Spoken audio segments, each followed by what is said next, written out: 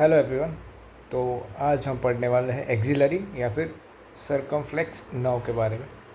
Axillary nerve जिसे circumflex nerve भी कहते हैं बहुत इंपॉर्टेंट है क्योंकि ये डेल्टॉइड मसल को सप्लाई करती है और डेल्टॉइड आर्म की मेन एब्डक्टर मसल है। जो डेल्टॉइड आर्म है वो डेल्टॉइड है वो आर्म की मेन एब्डक्टर मसल है।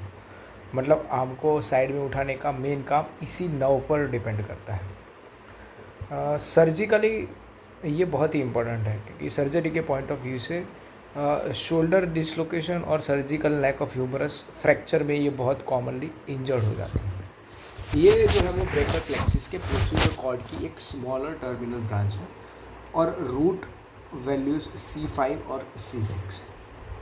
रूट वैल्यू सिंपल है, स्पाइनल कॉर्ड के C5 और C6 वेंट्रल ट्रायंगल। अब कोर्स को समझो। एक्सिलरी नर्व एक्सिला के लोअर पार्ट से होकर क्वाड्रेंगुलर स्पेस में जाती है और वहीं जाकर दो ब्रांचेस में डिवाइड होती है। एक्सिला के लोअर पार्ट में ये नर्व एक्सिलरी आर्टरी के थर्ड पार्ट के पीछे नीचे की तरफ चलती है। यहाँ सबस्कैपुलरिस मसल के ऊपर रेस्ट करती है। इसके मीडियल साइड पर रेडियल नर्व होती है और लेटरल साइड पर कोरेकोब्रेकियलिस मसल। फिर नर्व सबस्कैपुलरिस के लोअर बॉर्डर के अराउंड घूमकर एक्सिला छोड़ती है। इस जगह ये शोल्डर जॉइंट कैप्सूल के लोएस्ट पार्ट के बहुत क्लोज होती है और यहीं कैप्सूल को एक ब्रांच देती है। इसके बाद क्वाड्रेंगुलर स्पेस में एंटर करती है। फिर ये क्वाड्रेंगुलर स्पेस से पीछे की तरफ पास करती है। क्वाड्रेंगुलर स्पेस में इसके साथ पोस्टीरियर सर्कमफ्लेक्स ह्यूमरल वेसल्स भी चलते हुए हमको देखने को मिल सकते हैं। ठीक है, फिगर 6.9 की बात की है इन्होंने, तो ये रहा देखो। ठीक है, एक्सिलरी नर्व, ये रेडियल नर्व भी आपको दिखाई देगा।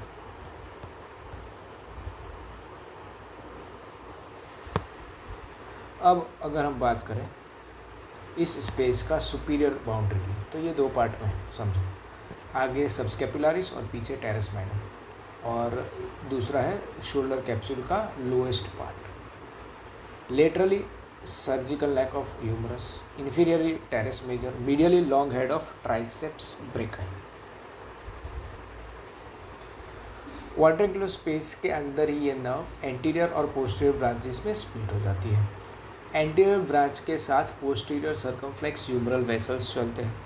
ये branch surgical neck of humerus के अराउंड घूमती है और डेल्टॉइड के डीप चलती है और डेल्टॉइड मसल को सप्लाई करती है। साथ में इसके एंटेरो इन्फीरियर स्किन एरिया को भी सेंसेशंस देने का ये काम करती है।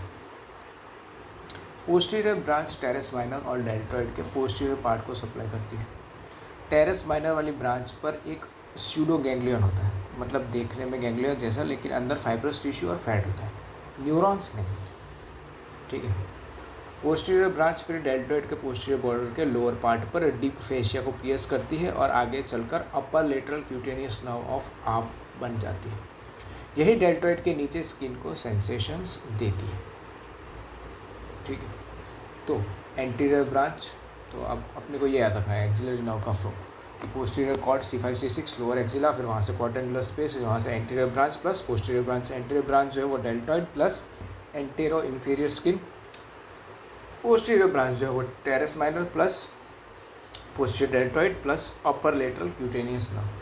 इंजरी अक्सर शोल्डर डिसलोकेशन और सर्जिकल नेक फ्रैक्चर में होती है। ठीक है, अब अगर इसकी क्लिनिकल एनाटॉमी की अगर हम बात करें तो एक्सिलरी नर्व दो कॉमन सिचुएशंस में डैमेज होती है, जैसा हमने पहले भी बोला, शोल्डर डिसलोकेशन और सर्जिकल नेक ऑफ ह्यूमरस का फ्रैक्चर। ये सबसे क्लासिक कॉजेज है। इसके इफ़ेक्ट्स देखो तुम, इसका इफेक्ट क्या, पहला इफेक्ट है शोल्डर का राउंडेड कॉन्टूर गायब हो जाता है क्योंकि डेल्टॉइड पैरालाइज हो गई है, इसलिए ग्रेटर ट्यूबरकल्स से बाहर से ज़्यादा प्रोमिनेंट दिखने लगता है। ठीक है, डायग्राम में हम देख सकते हैं। ठीक है, loss is the rounded contour of shoulder, prominent greater tubercle of humerus. ठीक है, दूसरा अगर बात करें तो डेल्टॉइड पैरालिसिस हो जाती है, पैरालाइज हो जाती है, तो शोल्डर पर एबडक्शन अप टू 90 डिग्री की जो पावर है वो लॉस्ट हो जाती है, मतलब आर्म को साइड में ऊपर उठाना बहुत वीक या इम्पॉसिबल हो जाता है। और तीसरा है कि लोअर हाफ ऑफ डेल्टॉइड के ऊपर एक छोटी ब्रिज लाइक स्किन पैच में सेंसरी लॉस होती है। इस एरिया को रेजिमेंटल बैज एरिया कहते हैं। यही एक्सिलरी नर्व की सेंसरी टेरिटरी है, ठीक है।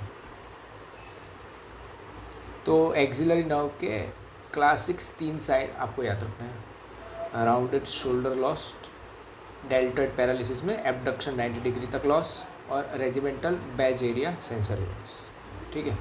और मोस्ट कॉमन कॉजेज इसके क्या क्या है? शोल्डर डिसलोकेशन और सर्जिकल नेक फ्रैक्चर, ठीक है। एनास्टोमोसिस अराउंड स्कैपुला, एनास्टोमोसिस मतलब जुड़ना, ठीक है। मेनली कोई वेसल्स जुड़ जाती है आपस में, उसको हम एनास्टोमोसिस कहते हैं, ठीक है। और मेनली ये जो जुड़ा होता है आर्टरी का, वो बैकअप रूट के लिए होता है, ठीक है। तो अब आते हैं anastomosis around the body of the scapula. किससे ये बनता है, ठीक है। स्कैपुला के चारों ओर एनास्टोमोसिस पर, तो ये कोलेटरल सर्कुलेशन का ब्यूटीफुल एग्जाम्पल है। तो ये जो है पहली आर्टरी सब सुप्रा स्कैपुलर आर्टरी, जो थायरो सर्वाइकल ट्रंक है ना, जो कि सबक्लेवियन आर्टरी का ब्रांच है, इससे आती है। और सुप्रा स्कैपुलर लिगामेंट के ऊपर से पास होकर स्पाइनोग्लिनोइड लिगामेंट के डीप जाती है। कोर्स क्लियर है इसका?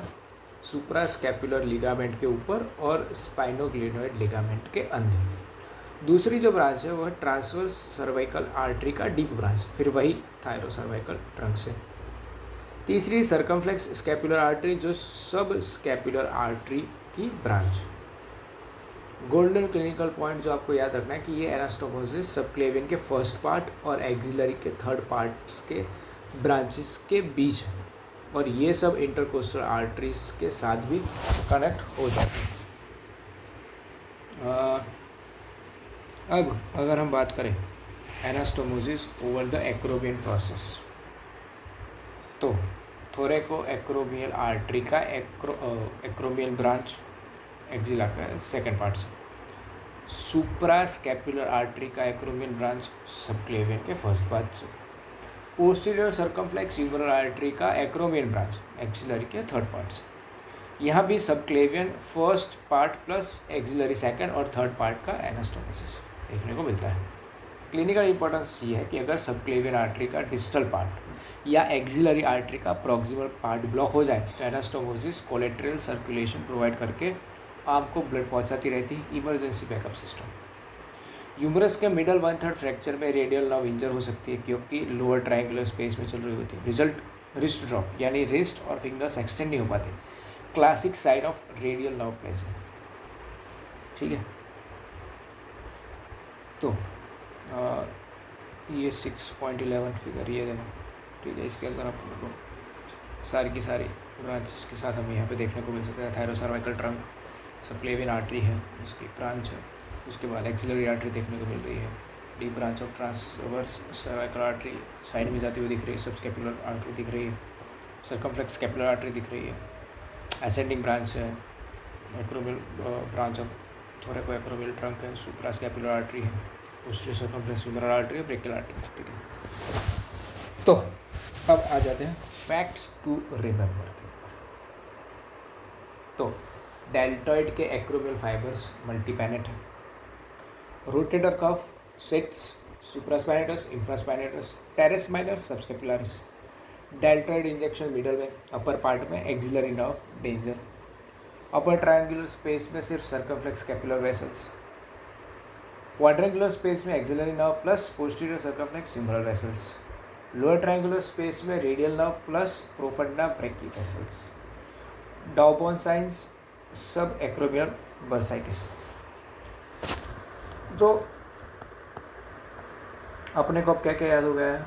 शोल्डर का वैस्कुलर कोलेटरल सिस्टम याद हो गया है, स्कैपुलर बॉडी एनास्टोमोसिस, तो उसके अंदर आएगा, चलो मैं आपको डायग्राम दिखाई देता हूँ, सच नीचे हो जाएगा। तो suprascapular plus transverse cervical plus circumflex scapular. Acromial anastomosis में thoracoacromial plus suprascapular plus posterior circumflex humeral. Fracture middle of the humerus, radial nerve damage हो जाएगी प्लस रिस्ट ड्रॉप देखने को मिलेगा। Spaces quadrangular spaces axillary nerve plus upper triangular axillary nerve, upper triangular space में circumflex scapular और lower triangular space के अंदर radial, ठीक है। Rotator 6 rotator cuff plus multipennate deltoid acromial fibres. ठीक है, तो यहाँ पे हमारा चैप्टर 6 कंप्लीट होता है। नेक्स्ट चैप्टर के अंदर हम cutaneous nerves, superficial veins and lymphatic drainage की बात करेंगे।